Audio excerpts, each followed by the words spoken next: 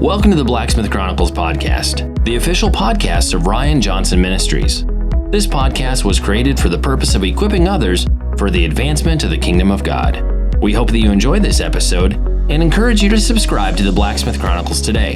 For more information about Ryan Johnson Ministries, please visit www.ryanjohnson.us or email us directly at info@ryanjohnson.us.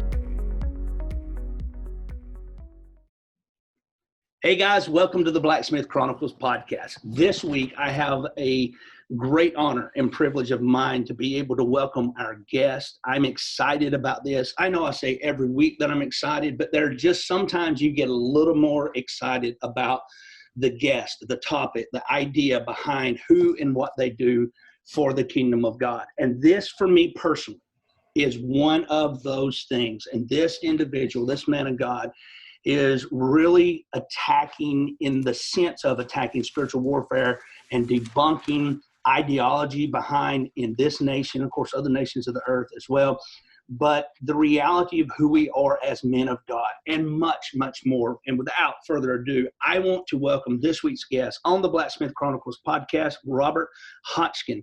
Robert, thank you so much for joining us. Ryan, I'm really grateful to be here. I love what you're doing, and man, I'm glad you get excited every week. Why wouldn't you want to get excited about what you do? That's awesome, brother. I love it. It's just a new experience to be able to have these conversations with individuals and hear their heart, and it pricks my brain, and I love it. I love to be challenged every single day of my life. I feel like if I'm not being challenged, I'm not really growing. So I enjoy it, but if you would, because there's so many people that may not be familiar with who you are and what you do, could you tell us a little bit about yourself, married life, family, all that stuff, what you're doing in ministry? Yeah, man. I am married. I'm married to a wonderful woman. My wife's name is Yuri, and I got married a little later in life. I didn't get married till I was 50, but as I always tell my wife, God was getting me ready for her because she deserved a better husband than I would have been before that. So we live in Scottsdale, Arizona, and I split my time between there and where our studio and church is down in Maricopa, Arizona. Yuri and I don't have children, but we have lots of family. When I married her, I married into a wonderful Korean family, and my mother-in-law lives around the corner from us, and my sister and brother-in-law live around the corner from us, and there are three little kids that we're very grateful that we get to be a big part of their lives. So married, family. Love Jesus, love the body, excited about the challenges in the earth right now, but also the huge kingdom opportunities we have in the midst of these challenges. Definitely a challenging time. I guess we would be wrong not to go ahead and say, welcome to 2020, the year of unexpected surprises every month. Before this podcast began, we were having a conversation, and I said at the time of recording this podcast, we're looking at two hurricanes in the Gulf of Mexico right now. And I just said, who had two dueling hurricanes in the Gulf? It seems like something is hitting us every single month this year. And it's one of these things that when you're constantly being bombarded by what can appear to be bad news or challenging news, it can bring you down as an individual. But one of these things that you're doing, besides just trying to encourage people, trying to equip people, you're focusing a lot on men and understanding and trying to get men to be the man of God that God created them to be. Why is it that this is so important for you? Well, really, the main reason is because of Genesis 1, verses 26 through 28. And we know it well. It says, when God made us in his image, male and female, he made us, which means men are 50% of God's solution in the earth. And look, men on the front lines, we not only don't discount women, one of our core values is we champion women. We know that they are a huge part of God's solution in the earth. But one of the things we're focusing on in that is reminding men that they are, because culture has been lying to us about men for quite some time. I'm 56 years old. And I've watched the lies of men about men change as I look back. I wasn't cognizant of it all the time. I've only been a Christian for 17 years. But I remember as a kid, the lie I was told about men was, the strong, silent type, the lone wolf Lothario, that if you were a real man, then what you needed to be was you needed no one and nothing. And all you were after was another notch on your bedpost and a little more money and another sports car. And you measured your masculinity by these yardsticks of success. And I grew up enough to realize, that's a lie. But then that lie's been replaced. The lie of remote, distant, disconnected masculinity was replaced with this lie of an unnecessary masculinity, or masculinity that's a joke. Like I notice in especially TV commercials, the father, the husband is almost always the butt of the joke. At best, he's unnecessary, but usually he's a nuisance. Same thing in sitcoms. And somebody could say, somebody might right now, Ryan, go, well, what about this, this, and this? And I'm not saying there aren't exceptions to this. I'm saying when you look at what culture has been declaring about men, masculinity, husbands, and fathers for the last 20 years, it's been a really negative message. And now that has built up to this lie of toxic masculinity, where masculinity is being called toxic. And look, I never make excuses for wrong behavior amongst men. As a matter of fact, just the opposite. I work with men so we take responsibility for our wrong choices and wrong behavior. But what I'm getting at, Ryan, is when men make the mistakes that are labeled toxic masculinity, those things are wrong and they need to stop. But it's not masculinity that's toxic, it's fallen nature that's toxic. And men are engaging in fallen nature. They're engaging in sin. They're engaging in wickedness. They're engaging in unrighteousness. And that is toxic. I mean, we know that from Romans 5. But before I go off on that, so one of the things I take a strong stand against is masculinity is not toxic. Masculinity is half of God's solution. We need to work with men so we realize who we are, so we stop giving place to that fallen nature and be part of the problem as opposed to part of the solution. And one of the things we do with Men on the Front Lines is God gave me a strategy very early on when he first put it on my heart to start Men on the Front Lines, not to shout back at all the lying voices, because that just creates debate, discord, division, derision. There's more than enough negativity in the atmosphere right now. God's whole strategy for me was to remind men who we truly are as sons of God and what we've been blessed with to be difference makers and solution bringers. Because men don't need more pressure. They don't need more guilt. They don't need more shame. They don't need more performance hoops they told they need to jump through so that they're good Christians. Men need to know we are sons of God. We are 50% of the solution in the earth. We are solution bringers. We are hewers and doers. We get things done, but we do it from relationship.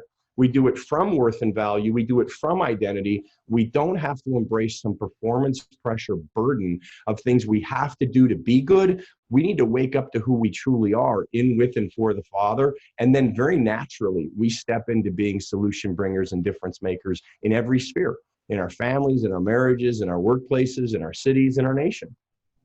There's a couple of things where my wheels are already turning, because first of all, there is a movement right now in modern American culture. I'm not sure about other nations, but I know in American culture to remove the word masculinity out of our language.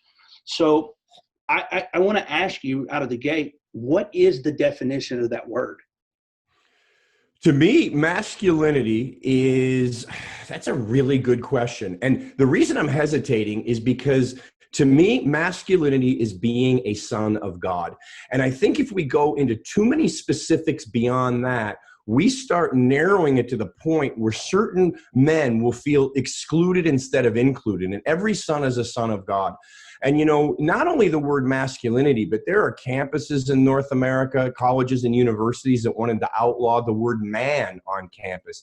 And look, I love the people who feel to take that on. God bless them. And I mean that genuinely. I don't mean that as the, God bless them dismissal that you hear sometimes. I think it's great. But I strongly feel that what we need to do is take care of this thing in the spirit. And one of the ways we do that is by reminding men who they really are. This is a demonic agenda. We can point to people, we can point to university presidents, we can point to certain groups. But look, they're a symptom of the problem in the spirit. It must be dealt with. And here's how I know. I always know, Ryan, when it's a demonic assignment, because one of the things the devil loves to do is repeat the same mistake in a different direction and call it progress. And that's what's going on right now in this whole anti-man, anti-masculinity movement. Again, men have made mistakes in the past, and we need to learn from them, grow from them, and not repeat them. We have marginalized and devalued women in the past, but the solution to that is not to marginalize and devalue men. That's repeating the same mistake in a different direction. That's not kingdom, that's demonic. And we've got to bring it to an end. And the way we feel to bring it to an end is to remind men who they truly are. So when they hear that stuff, it just washes off of them. And you can ignore it in the natural because it's being dealt with in the spirit. But again, I want to say, anybody who's feeling to take these things on at their university, God bless you, more power to you. Let me know how men on the front lines can serve you, because while we feel to deal with the identity issue in men and to deal with this in the spirit, we do need those who feel called to take this on in the natural, to take this on in society and politics at universities. It's all important, but we need to do it from a kingdom strategy, that because the kingdom is all about diversity, but it's never about division. I like that because, the old saying, you fight fire with fire. And if you have the world that is defining masculinity, you can't answer that by a world standard. You're answering it by the creative understanding that you are who you are as a son of God. I really, really like that, because that makes a lot more sense to me. You say, and I don't even know if you even catch it, a lot of times you're saying it's the solution, it's the solution, yeah. It's the solution. That word is jumping off, and it's just like catching my attention, because you're not saying it's the answer. You're saying it's the solution. Why solution? Because the answer is an answer to a question. The solution is a solution to a problem. There's lots of questions in the problem. We want to raise up people who are the solutions. And even like even with dealing with what's going on in society or what's going on in politics when it comes to masculinity, and one of the reasons we feel to deal with it in the spirit, if we're not careful, we will make our agenda and our measure of success that we get that policy changed on campus, for example. But if we do it in a way that simply creates more division, derision, and rancor, have we answered that individual problem? Perhaps, but we haven't become the solution. We need to let men know the solution is not you convincing someone who's raging against masculinity that men are the answer. The solution is you becoming the man of God that you are. And that way, if that person responds or not in the moment, you've still become the solution, because you're walking in who you are as a son of God. You know, there were many that would look at and many do today, many people who aren't Christians, and even some Christians don't understand that so many people saw what Jesus did in the earth as unsuccessful, because it didn't grow into some massive ministry. His own disciples fell away at the cross because they thought it was a defeat. Sometimes in the kingdom, the greatest victory is simply walking in who God made you to be in the spheres of influence you're called to. Jesus not only came as our Messiah, he came as our model. So he not only came to restore us to relationship with our Heavenly Father and all of his kingdom in the earth, he came to show us what that looked like. And Jesus says something really important for every Christian, but we lean into this big for men on the front lines and for our Christian brothers. In John 20, when he's launching the New Testament church out, the way he gets the guys set free from fear of man when they're locked away in that upper room, he walks through the walls. The victorious risen Lord says, "Hey, peace be unto you." And he releases in the Greek his irene to them, the peace to them, so that they can get past fear, get past everything coming against them, and go out there and change the world. But to launch them out into that, he says, as the Father sent me, I also send you. And we need to remember how Jesus was sent. Whether you want to look in Luke 1:11 or you want to look in, Matthew 3, I think it is, when the Father sends Jesus, we all know the Holy Spirit descends upon him. He's filled with the Holy Spirit. But what does the Father say? How is Jesus sent? Behold, my beloved Son, in whom I am well pleased. And we need to remember, Jesus hasn't gone to the cross yet. Jesus hasn't saved anybody, hasn't healed anybody, hasn't fed anybody, hasn't worked a miracle. He's done nothing except show up. And the Father declares over him, you are my beloved Son in whom I'm well pleased. So how is Jesus sent? Ryan, he's sent with a declaration of love, acceptance, and identity. Why is this important? Because what Jesus models to us is we do everything from love, from acceptance, from identity. We don't have to do any of it for love, for acceptance, for identity. And that sets us free. Because now if someone doesn't catch the answer when I give that to them, I can still be the solution because I know who I am. I know I'm loved. I know I'm accepted. I don't have to win this argument. I need to walk in who I truly am in Christ with my Heavenly Father, because now that becomes the solution, whether it's immediately received as an answer or not. I love this breakdown because automatically what's going through that for me is I'm hearing the world defines masculinity by the things in which you do. The Father defines masculinity by who you are in Him. Yeah. And that speaks volumes to me because the culture has such a powerful impact in our lives. And this is where I want to look, because if you go to most universities right now, there's a very, very liberal and honestly, in my opinion, a demonic agenda to work against those in their true identity. We see that. We would go, okay, no problem. But in the church, and we talk about the church as a whole, we're actually seeing this in a lot of men who have embraced a feminine rather than a masculinity. So I'm going to be just a Christian in theory only, okay? Right. How in the world is this happening in the church? If you have people that are born again, how is it that they're trying to do rather than be? How is this a problem in our church?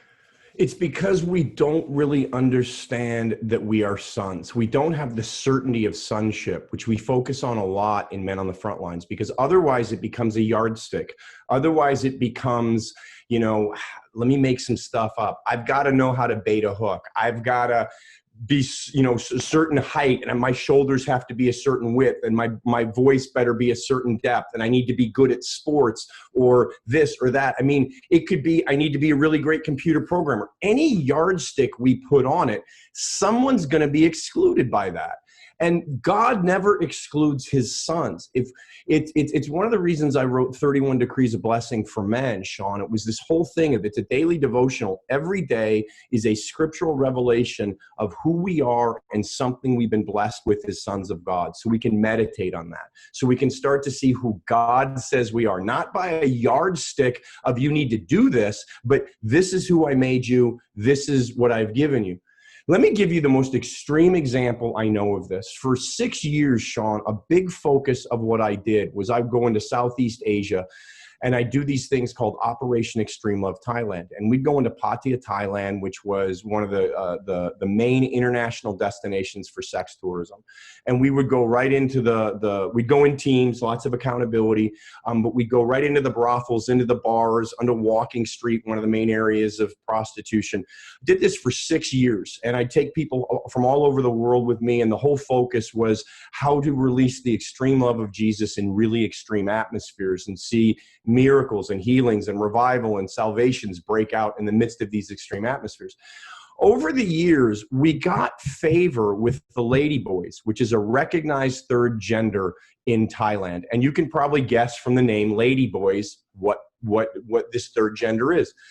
So we went in and got really intentional about connecting with the ladyboys, and we were accepted into some of their organizations, and we go over and we visit with them, we develop relationship with them. So they came to trust. At first, they didn't trust us because we were Christians and it was challenging, but we refused not to love them and be like Jesus and accept them exactly as they were, where they were, without ever compromising the gospel. They ended up loving us so much. I remember the night of breakthrough, this one ladyboy said, "Hey, no one's ever treated us like this before. would you be willing to go from bar to bar with me and meet and pray with my friends? And he met Ladyboy Bar to Ladyboy Bar. I said, yeah, sure. As halfway through this night, we're in the middle of Walking Street, in the middle of Sodom and Gomorrah. And this ladyboy turns to me and says, I really don't understand why you guys are so loving and accepting of us. And I explained, I said, because our God loves you and we're here to represent him. And he said, I need to know your God. And right there in the middle of Sodom and Gomorrah Walking Street, he gave his life to the Lord. The first question he asked me after his salvation, because I mean, you could see in the midst of all of this wickedness and darkness, the Spirit of God fell and there was a visible transformation on his face and everything else. So he turns to me, and this is a man who's presenting himself as a woman. He turns to me, and after he has this radical encounter with the love and reality of Jesus Christ and the Holy Spirit, he's soaking in it. There's this beaming smile on his face. After several minutes, he turns to me and he says, or he turns his eyes to me and he looks at me and he says, do I need to start dressing as a man now? Now, I want to be honest, Ryan, in my first thought in my head and my natural thinking was, yes, that's how God made you. And as I'm wrestling with, I'm not sure what to say, I open my mouth and the wisdom of God comes out. And what I said to this person was, hey, Meow was the name he went by then. Meow, don't worry about that yet. I'm going to connect you with a church that will accept you exactly as you are. What I want you to do is focus on what you just experienced, the love and acceptance of your Father through his Son. So flash forward on this in this story that's becoming too long. He has this radical encounter. We connect him with this great church in Patia. A year later, Ryan, and we stay in contact and he's continuing to present as he was. A year later, I get an email from him, but I didn't know it was from him at first because he's now 100% presenting himself as a man with his original birth male name. And he writes me this beautiful email about how the Father has shown him how he was made and the value he has as a man. And now he has a ministry going into Ladyboy, not just bars, but the Ladyboy community in the love of the Father, loving them into salvation and allowing the Father to reveal their sonship to them. So that's why we approach it the way we do. The most extreme example I've ever seen of someone who was radically presenting him. You want to talk about gender identity issues. If I had immediately said, yes, now you must dress as a man and now you must do this and now you must, even from the best heart, Ryan, I would have been putting yardsticks of performance pressure on him. And the Father knew better than my natural mind and simply said, develop your relationship with me. I will walk you into all that I created you as and created you for. And that's what we need amongst men right now. It's not you need to know how to bait a hook, or you need to know how to clean a gun, or you need to know how to fix a car, or you need to be able to shoot free throws. Some of those things I'm no good at. I'd be disqualified. But the more time I spend with my Father, Ryan, the more he pours out his love on me, the more I know that I'm loved and accepted because of who I was created to be. And I came into the kingdom. I mocked and persecuted Christians my whole life. I came into the kingdom through a radical encounter with the love of God outside of my cabin in Montana while splitting wood. And the God I'd made fun of and mocked and persecuted and ridiculed showed up and said, I refuse not to love you. Who am I to say to any guy out there, any Christian out there, you need to be doing these things to measure up? What we need to do is press into the Father and be reminded we're loved because we're loved because we're loved. And then everything we do from identity. We're not doing it to earn some badge of identity. So I'm going to ask you a question. You may not have the answer. The only reason I'm asking this is because I feel like it's an accurate word to describe this. With the wisdom and the guidance that you gave that young man, go and cultivate who you are as a son of God. What one word or maybe a couple words, whichever, would you use to define that strategy? Relationship. And again, I mean, one of the things I look at years after, because we've had men on the front lines for about 3.5 years now, and God's always taking us deeper and deeper into all of this. And I never share a word that I didn't need or hasn't been worked out in my life. But I really think it's about relationship because in the natural, I did not have a good relationship with my father growing up. We were about as different as you could be. My father is an MIT and Johns Hopkins educated engineer, comes from a long line of engineers. I can barely put gas in my car. I was a little boy who would climb trees and read Edgar Rice Burroughs novels and comic books, and I lived in this world of imagination, and my father didn't know what to do with it. And we didn't like fight all the time, but we never ever connected. And as I got older and I got more rebellious, we became more and more distant. When the God that I had mocked and made fun of showed up and manifested his presence. I didn't see him with my open eyes. I saw him with the eyes of my heart because the presence supernaturally manifested. And he spoke clearly to me and said, I refuse not to love you. And I came into the kingdom through a revelation of love and acceptance. And I've been going deeper into it ever since. That relationship is what brings healing. Because like I say, how are we sent, not just into our ministry, into our effectiveness, into our solution bringing and difference making in the world?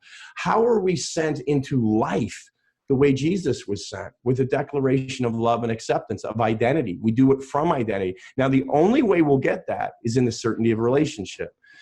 So, one of the things God did for me along the way is he restored my relationship with my earthly father.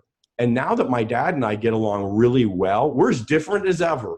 But you know what? The older we've gotten, the more we actually enjoy our differences as opposed to are driven apart by them. Why? Because something clicked for both of us of, I'm your son, you're my father. Why wouldn't I want to enjoy this relationship, find a way to walk in this relationship? And we had a lot of forgiving to do. We had a lot of repenting to do. We had a lot of cleaning up to do.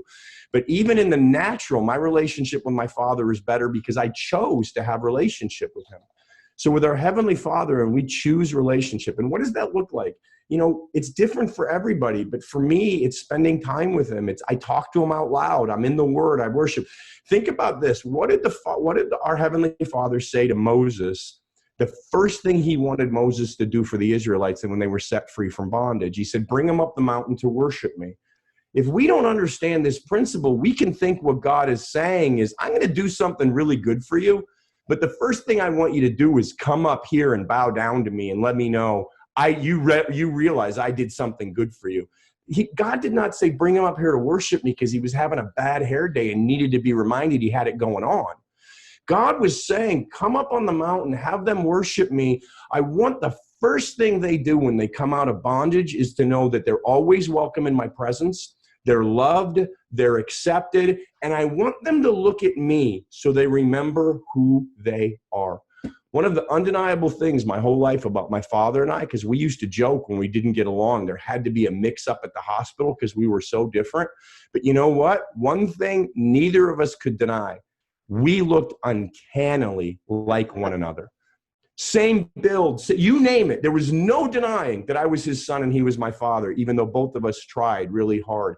But then now in relationship, I look at my dad and I love our similarities, and they far outweigh where we're different, and they draw us together more than differences can set us apart.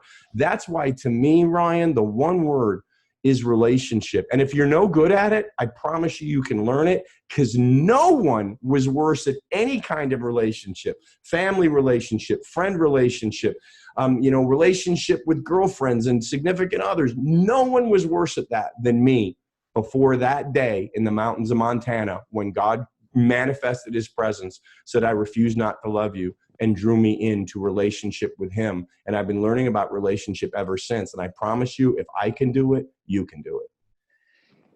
I really love that because it makes me think of the story of the prodigal. When he decides, I'll go back and be a servant in my father's house. There's the concept of, well, at least I can go and be active. But because of the relationship that was between the father and the son, it was the relationship that eventually put a covering over the son when he got the robe, the ring, and the sandals and stuff. So I'm wanting everybody that is listening or watching this episode to really pay attention to what Robert is sharing, because I think it's very, very profound. because it's not like reinventing the wheel, but it is bringing out the purity and the clarification and understanding who we are as sons of God. And listen, I know right now, probably some people would go, I know every man book there is out there, and I've been to all the man conferences, and I've been in the men's discipleship. I believe every church has probably got an Iron Man men's group somewhere, because that seems to be Iron Men or Iron Man, with, iron sharpens iron. Every church has got those. I get all that. And I truly hear all that. But here you are, you launch Frontline Ministries for the men, men of the front lines and stuff. And you're launching this. Why is this something that you feel like is so needed right now, that is a little bit driven different, because there are so many other things? And granted, I am not discrediting any of those other groups. There's a lot of great stuff out there. Some of them, not so great. But there's great programs out there. What is it that you said, this is something significantly different that I've got to be able to get out there? I'll give you one specific example. Like when we started Men on the Front Lines, one of the things that we heard from really well-intentioned guys and men much more seasoned than I am. I mean, I'm 56 years old, but I didn't get saved till I was almost 39, and I didn't step into full-time ministry till I was 40. So in many ways, I'm still early on in ministry and in Christianity. So a lot of really well-intended men who had been around for a lot of great men's ministry and other things. Like one thing that specifically came up, they said, you got to tackle the porn issue. You got to tackle the porn issue. You got to make that a focus. And I thought that makes sense. So I prayed about it. And the Father told me, look, there's a lot of great ministries out there that can help guys with that. Be aware of them, build relationship with them, and you can always send men to them. But the Father's strategy for us was, even in this area that everybody tends to make it about, was remind my sons who they are, and then all this other stuff will fall away. And the best example I can give, Ryan, and you mentioned it, is the story of the prodigal. And we are all prodigals, and we do find out that we're sons and our Father loves and accepts us for who we are. But what I notice too often can happen is we go from being the prodigal son, we go from being the prodigal son, and without realizing it, we leapfrog into becoming the prodigal's older brother. Because the prodigal's older brother was a son too, but what happens with the prodigal's older brother? We all know the story. He gets ticked. He comes to the Father and says, man, are you kidding me? I bust my hump for you every day. I do it right every day. And this mook comes back and he gets the fat. I can't even get a stinking goat for me and my buddies, man. And the Father says, son, what are you talking about? Everything in my household is yours. Why didn't the older brother get it? Because the older brother went from a revelation of being a son into a legalistic performance-based thing of, I'm doing it right. Why is somebody else getting something I'm not? What did he embrace? He embraced a yardstick of sonship, a measurement of sonship, a performance pressure of sonship, which is legalism and religion. I'm doing this, so I should get that. He hasn't done squat, so why is he getting that? And if we do anything other than allow the Father to draw us into relationship, to remind us who we truly are, we'll go from being prodigal sons to older brothers. And all of a sudden, for ourselves and others, we put this mandate of performance pressure, these yardsticks. Now, I don't mean that as like with Men on the Front Line, so all we do is say, hey, you're a son, here's a hug. No, we do mentoring, we do fellowship, we do a lot of teaching on who we are as sons, what that means, what we've been blessed with. We do a lot out of the opportunity we have to be difference makers and solution bringers. We do a lot about heroic holiness and radical righteousness, not because that earns us something from God, but it empowers us to walk in all we've been blessed with and are truly hungry for. So why we thought this approach was so different, and again, let me give you a really personal example. In 17 and a half years of being a Christian, my loving Father has disciplined me well. There's been a couple times he took me to the woodshed. Probably 12 years ago it was. I had an encounter with the spirit of the fear of the Lord that lasted 2 hours, and it messed me up for 3 weeks. It was intense, but it was needed, and I'm grateful for it. But almost every other time the Father's ever disciplined me, it sounds something like this, Ryan. Come on, son, we both know that's not what you're really like. And all of a sudden, in that moment, when I know I'm still loved, I'm still accepted, I'm still a son, I look at how irritated and impatient I got in traffic and how I yelled at that driver in front of me, and nobody was there. So nobody that knows I'm a leader, a minister, a preacher, a prophetic voice was there. And the worst in me came out. And, you know, your flesh wants to justify it and say, oh, that guy was a jerk and he cut me off, and nobody knows anyways. The Father knows. And the way the Father disciplines me is to say, come on, son, we both know that's not what you're really like. And it's not a rebuke. It's not condemnation. It's hey, the reason that happened is because for a moment, you forgot you were my son, and I got you. And I love you, and I accept you no matter what. And you blowing it there doesn't change any of that. So I want to remind you, you're loved and you're accepted, but I also want to remind you who you really are, because then that stuff falls away. And I'll sit in my prayer chair, Ryan, and I'll often out loud shake my head and go, Father, you're right. That's not who I am. Thanks so much for pointing that out to me. Lord, I'm coming before your throne of grace boldly because I need your help and your grace in my time of need. I don't know why I wrestle with irritation and traffic, God. What is it in my heart? Pour out more of your love. Cast out whatever fear that is. And then it becomes this really proactive thing of I'm realizing who I am. And if I still fail at it on occasion, I'm not a failure. I am a son growing in my revelation of sonship, growing in my ability to deal with the darkness in the earth by releasing light and life, not more darkness and death. And I become a solution and I become a difference maker, but none of it's under pressure. And none of it is this mandate of you need to do this or you're going to get the hickory, boy. Well, for the 40 and under crowd, a woodshed. Because I know what a woodshed is. I grew up in Northeast Alabama. We had to go get our own hickory. So I know exactly. And that was always a challenge because if you got one too big, too small, oh, Lord have mercy. But nevertheless. Yeah. I couldn't resist that one point. But that's great, man. You do bring up something that it's crazy because last week, I was just told a story. And I want to ask your insight on this because it does seem like whenever we talk about men, the number one topic is porn. Porn is brought up in the conversation. And I had a pastor friend share a story, and he knew a guy that was had been married for many number of years, but it just recently came to Christ. And they were in a charismatic Pentecostal church. And anyway, there was the opportunity to receive the baptism of the Holy Spirit. The guy goes up, and the leaders of this house proceed to tell him that if he'll just repent of his porn addiction, he'll receive the Holy Spirit. And he says that, look, I know I'm a guy, but I've honestly never had that issue. And his wife vouched for him, said, we've been, I think it was about 34, 38 years, and said, I can honestly say this has never been an issue in this man's life. And this man was really destroyed by it and almost completely walked away from the Lord, walked away from the church. And this pastor friend of mine is telling me the story of how he had to walk him through this healing process and stuff. So I'm sharing that to say, why in the world is this always the go-to topic? Because if we're going to define men and being sons of God in proper context of masculinity, we have to also acknowledge that porn is not a male problem.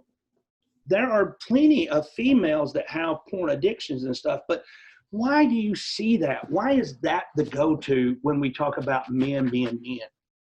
Well, let's face it, it's widespread. A buddy of mine who was my pastor before he moved to a different town to start a different church, he was always really good with the statistics. And there was some place he got statistics. I can't remember the name of it. But he told me that there are statistics out there like at certain denominational national conferences, that the consumption of porn in the in-room, what's that stuff called? In-room, in-demand porn thing on the TV. There's a name for it. Video on demand. Anyways, that it would go up by like 300%. So there's no denying that's an issue, and it's an issue amongst Christian men. So I get why guys have focused on it, and I get why ministries focus on it, because it does bring devastation into marriages and into families, and we do need to be set free from it. So I'm all for the ministries that focus on that. And love believes the best. So I believe God's put it on their heart to help men in that area. But again, I think if we remind men scripturally who they are, and the reason we do our show each week called Heroes Arise is I truly believe every single man is created to be a hero in the earth. And there's a reason when we're kids, we love those Tarzan stories and those King Arthur stories and the Marvel and DC superhero stories, or the fill in the blank, whatever it is. It's a reason we look at like the Tom Brady, who's a hero in the NFL because he's, maybe the all-time great. There's a reason we look at these guys. It's because we know way down deep, we're made to be heroes too. So we take it from the approach of, all right, you've got an issue with whatever it is. Maybe it's porn. Maybe it's drinking. Maybe it's you don't have integrity with your finances. Whatever it is, we always start with scripturally, what does the word of God say about, what does your father say about, who are you really? And then we build up that foundation.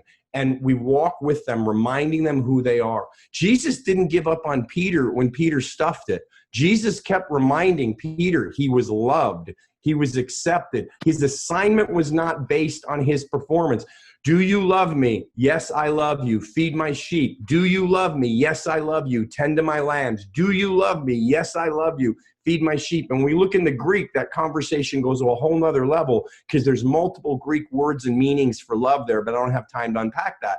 But Jesus's message to Peter is, look, bro, what I have for you is not based on your performance or even your ability to love me perfectly. It's based on me loving you perfectly. And in that love, I will lift you up out of anything that holds you down so you can walk in the fullness of who you are. But you don't have to do that. So I'll do that. I mean, when Peter had denied him 3 times, run away, how messed up was Peter?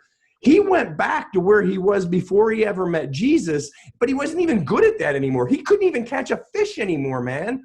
The first thing Jesus does, even before Peter realizes it's the risen, victorious Lord, is he gives him the greatest haul of fish he's ever had.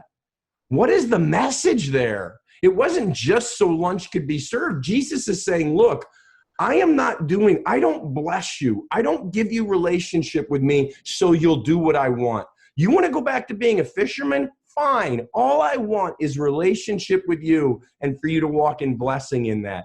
Once Peter's eyes were open to that, now he's saying, all right, now let's deal with the wounds in your heart that caused you to fall short. Let's deal with the fear. Let's deal with the disappointment. Let's deal with all of it. And we're going to deal with it by making sure you know you're loved no matter what and your assignment has not changed.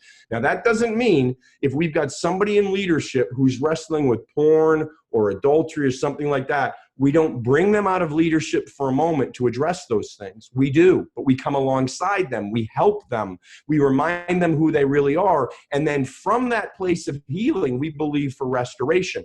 But it's not punitive. It's not, you didn't measure up, so you're punished and removed from leadership. It's, hey, you're wrestling with something. Let us come alongside you. Let us give you some time to really focus on the Father. Be reminded who you are. Let's walk through this with you because we want you to be everything that God created you to be that you can walk in it because he's given it to you. Why aren't you choosing to walk in what you have? And we help them with that. And that's really what it's about, and with porn or like some of the young guys we get to come alongside of, I love how real they are with me. I'll have some of our young guys who are in their mid-20s or even early 30s or even late teens call me up and say, man, Robert, I'm wrestling with it this week. I've got these thoughts, before I got saved, I'd done these things and images of old girlfriends. And I'll say to them, hey, I appreciate you reaching out. We all wrestle with it sometimes, but one of the keys we give guys, it's why we talk about it being heroic holiness. It's not holiness to performance holiness. It's our opportunities to arise as heroes, because one of the lies the devil will give us, whether it's porn or anything else, is the devil makes us feel like when he's tempting us and we're wrestling with temptation, we've already failed. So I might as well give into it. One of the things we work with the guys on is, no, temptation is our opportunity to punch the devil in the nose and take territory for the kingdom and arise as heroes. Jesus was tempted in all things, so I know temptation's not a sin. But we talk about how temptation is the phone booth, man, and you might be Clark Kent feeling tempted, but go into the phone booth and come out as Superman, because when you say no to that temptation, then all of a sudden now you're arising as a hero. You're a radical of righteousness. You're heroic holiness, and you're really having impact in the earth. Because when we choose righteousness, righteousness gets released out into the earth. Every single one of us has a global ministry available to us through the decisions we make. And we don't talk about like Romans 5:15 through 19 enough, but right there it's put on display. If we choose unrighteousness as sons, wickedness and unrighteousness enter the earth. But if as sons we choose righteousness, not to earn something we don't have, but to walk in a great manifestation of all we do have, all of a sudden now light and life and love and righteousness get revealed and sent out into the earth. We'll shift our nation. Everything our nation's going through, we'll shift it if we'll embrace heroic holiness by the power of the Holy Spirit of God and become radicals of righteousness, not self-righteousness, not legalism, not religion, but simply walking in who we are as sons. Our marriages will transform, our cities will transform, our families will transform, this world will transform. Hearing all this and hearing you share, it gives, I believe, more clarity to the relationship of Paul and Timothy. It really speaks a lot of volumes to why Paul was saying what he was saying to Timothy. So I'm fascinated with that. But I know you're a very busy man. You have a lot of things going on. So I won't, tarry much longer here. But I do have to ask, you've just released this book, 31 Decrees of Blessings for Men. Why was this so important for you as a person to not only just write a book for men, but the way that you did it? Because there's a unique aspect of this book. It's not like your typical everyday average, hey, get up, you're going to do a good job. And, it's not that way. There's a different purpose behind that. And I really would love to hear what the heart of that was. Well, the reason I got excited about writing the book, and I don't say this flippantly, I mean this, is I needed it. I live in this world too. I wrestle too. We all do. But nothing fortifies me more than being reminded scripturally by my Father in heaven who I am as a son. So it's a daily devotional, and every day there is a scripture and then that reveals who we are as sons and something we've been blessed with by our Heavenly Father to be difference makers and solution bringers. So then there's a devotional about that topic. So you really see, oh my gosh, I see it. I see it in the Word. As I'm reading through this devotional, it's becoming real to me. This is who I am. This is what I long to walk in. This is what I have. So the substance of our faith is built through the scripture and the devotional. We start to see it. Faith comes by hearing, hearing by the word of the Lord. We hear it, we see it, it's real to us. Then what we do is we have 10 decrees, scripture-based decrees, so that you now, from that place of faith, in the Hebrews 11:1 substance of your faith, you make these 10 decrees. And it's easy once you've seen the scripture and read the short devotional, because you know it's real. You know it's who you are. You make the 10 decrees, and you're actually framing the reality of it in the spirit, because it's something you have in the eternal realm. You just may not be seeing it yet in the temporal realm, but you have it as you know you have it, and you decree it in faith. The substance, the Hebrews 11:1 substance of your faith actually manifested in the earth as real as when God spoke in Genesis 1. And then there's a really quick, short, easy activation so you can step out into it. None of it is like, okay, now go do this to earn it. It's, it's yours. You framed it in the spirit through these decrees. Now here's a simple way to walk in it, to really activate it in your life. And it's a daily devotional of 31 different things. So you see it, you declare it, you establish it, and then you walk in it. So you get stronger and stronger. It becomes almost like, reps. I always tell people, Dwayne "The Rock" Johnson and I have all the same muscles. You just can't tell on me. Why? Because I don't work the muscles the way he works the muscles. This is the spiritual equivalent of that, to build you up, not give you things to do to earn sonship, but reveal things you have so that you can walk in your sonship.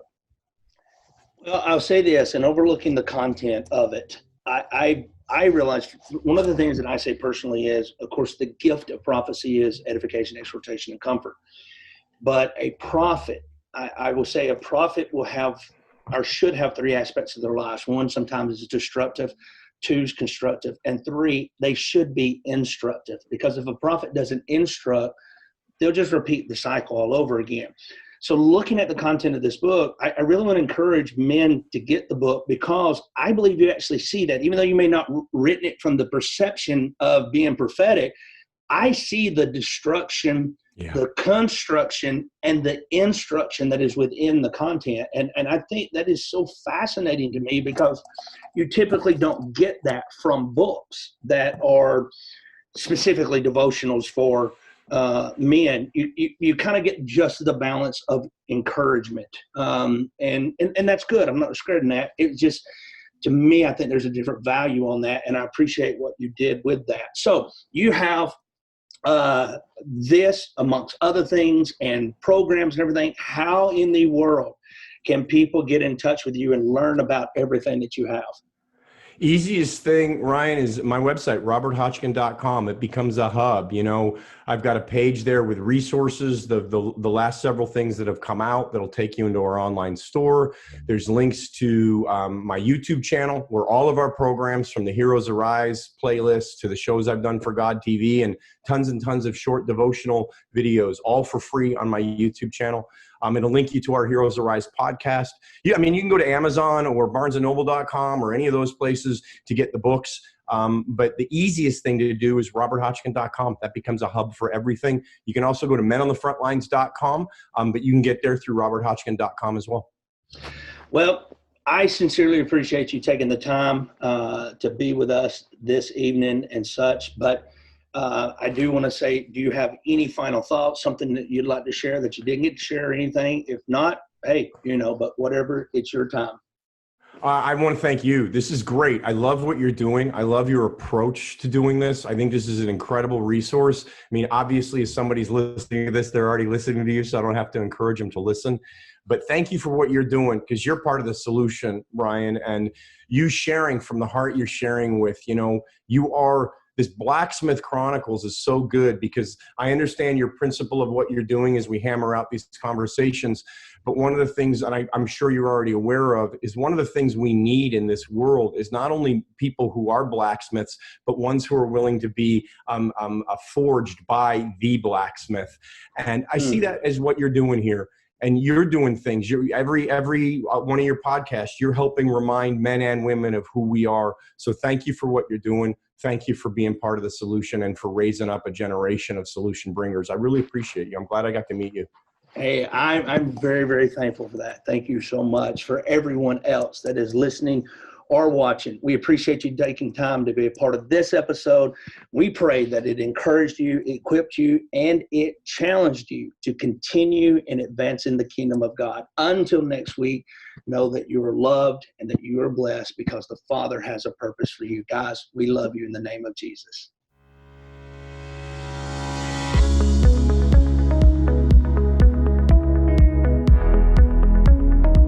Thank you for listening to the Blacksmith Chronicles podcast. It is our prayer that this episode challenged you, encouraged you, and equipped you for the advancement of the kingdom of God. For more episodes or ways that you can partner with Ryan Johnson Ministries, please go to www.ryanjohnson.us or email us directly at info@ryanjohnson.us. Please join us again soon for another episode of the Blacksmith Chronicles.